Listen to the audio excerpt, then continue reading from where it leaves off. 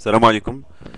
Voilà, je voulais faire cette vidéo pour parler un petit peu de l'avant-match Algérie-Angleterre. Donc, je vais commencer déjà par la nouvelle qui vient de tomber maintenant parce que je pense que Shaoxi ne va pas jouer ce match. C'est Mbolhi qui va être aligné. Pour moi, c'est pas vraiment un grand souci parce que Mbolhi aussi, d'après les vidéos que j'ai regardé et bon, les articles que j'ai lus. Bon, je le connais pas bien, mais apparemment c'est un gardien serein et qui livre de grands matchs. Donc moi personnellement, je m'inquiète pas beaucoup sur ce petit changement, malgré que je favorise Shaoxi de loin et de loin. Euh, pour la composition de l'équipe, donc apparemment il y a un changement, c'est bien Boudebouz parce que comme Razel ne joue pas et on va jouer avec un seul attaquant, donc Boudebouz qui va jouer à droite. De toute façon, c'est ce qu'a dit Saaden. Et ce qui nous pousse à dire qu'on va jouer avec un 4-5-1. Euh, Franchement, ce qui est bien, ce qui me fait plaisir dans ces 11 de départ, c'est que, à part Matmour, qui joue en pointe, tout le monde joue dans son poste. C'est-à-dire Boudbouza à droite, Siani à gauche, euh, Qadir, il va jouer comme meneur de jeu, enfin meneur de jeu ou un 9,5 juste derrière Matmour. Et c'est son poste à lui. Donc déjà c'est une bonne nouvelle. On va voir l'équipe algérienne évoluer avec des joueurs qui jouent vraiment dans leur poste. Euh, L'Angleterre aussi va jouer, je pense, avec un 4-5-1. Parce qu'apparemment, il y a un joueur Bari qui revient de blessure et Capello va l'aligner. Donc, je pense qu'il va jouer avec un seul attaquant, Rooney.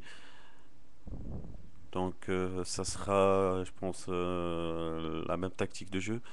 Mais bon, on sait bien que le football moderne, c'est-à-dire l'entraîneur fait changer plusieurs tactiques dans le match. On ne sait pas vraiment ce que Capello nous cache, mais, euh, mais les premières données disent que voilà, ils vont jouer avec un 4-5-1. Donc c'est clair que ça va se jouer au milieu de terrain, comme il y a une densité considérable de joueurs quand même. Il y aura 10 joueurs au milieu de terrain. Donc tout se jouera dans les duels. Et moi je suis confiant. Déjà Ibda il joue dans le championnat anglais. Moi j'aurais bien aimé voir Ibda Gdiora, mais bon, Lahsen aussi c'est un grand joueur.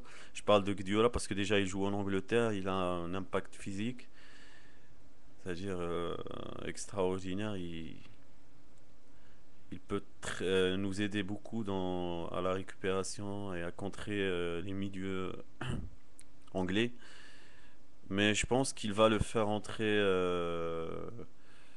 en deuxième mi-temps. Et surtout si on marque. De toute façon, je vais parler ça après. Je vais parler de ça après parce que je vais donner un scénario que pour moi il sera le scénario idéal.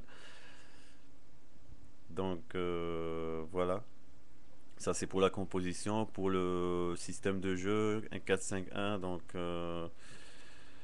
c'est un système assez défensif, mais il peut se transformer dans un système offensif. Ça dépend des consignes des entraîneurs. C'est un système qui demande de jouer en bloc, surtout au milieu de terrain. Et donc, pour moi, pour le scénario idéal serait que déjà, on laisse pas les Anglais attaquer dès l'entame du match parce que les Anglais veulent gagner et finir rapidement ce match. Ils vont, ils vont attaquer dès la première minute et essayer de marquer. Et nous, ce qui serait bien, c'est on leur tient tête les premières 20 minutes. Comme ça, on les fera douter euh, par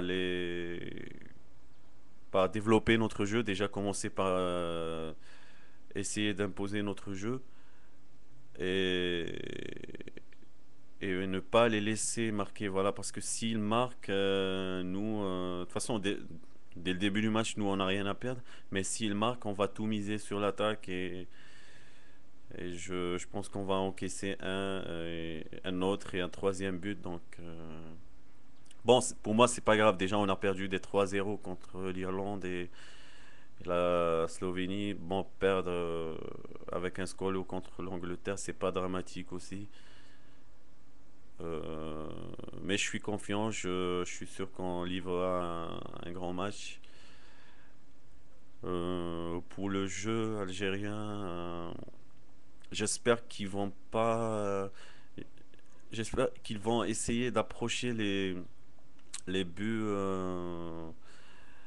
les buts anglais le plus possible et ne pas juste essayer de faire des sons, déborder, faire des sons parce que moi, avec Matmo en pointe, pour le jeu de tête, je pense pas qu'il aura beaucoup de chance et de s'illustrer parce que avec le gabarit des défenseurs anglais, pour moi, si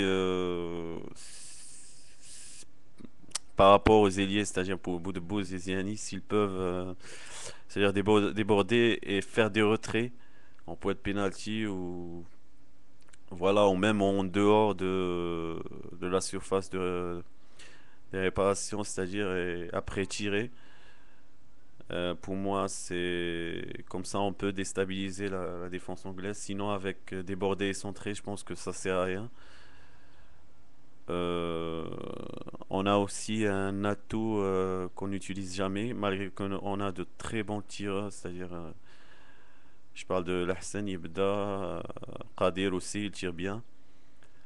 Donc on doit tirer, on doit profiter, on doit tirer minimum 10 tirs dans cette rencontre.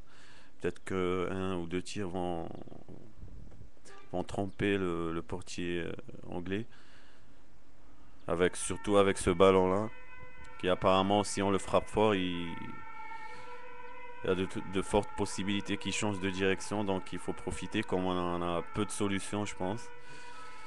J'aimerais aussi voir Abdoun jouer parce que Abdoun et Boudebouz jouer l'un à côté de l'autre parce que j'ai lu de quelques articles dans les matchs d'application et ils disent que la paire Abdoun-Boudebouz crée beaucoup d'ennuis, surtout à l'équipe type, dans les matchs d'application, dans les entraînements. Parce que j'imagine qu'ils ont un très bon jeu technique qui déstabilise les défenses et tout ça par des 1-2, voilà, des débordements et tout ça.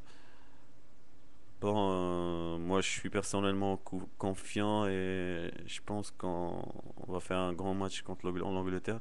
Et même si on fait pas un grand match, si on perd, c'est pas grave. Euh, moi j'étais de tout cœur avec les joueurs. Je respecte beaucoup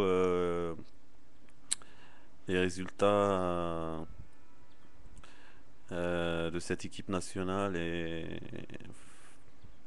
voilà. C'était tout pour moi. Assalamu alaikum.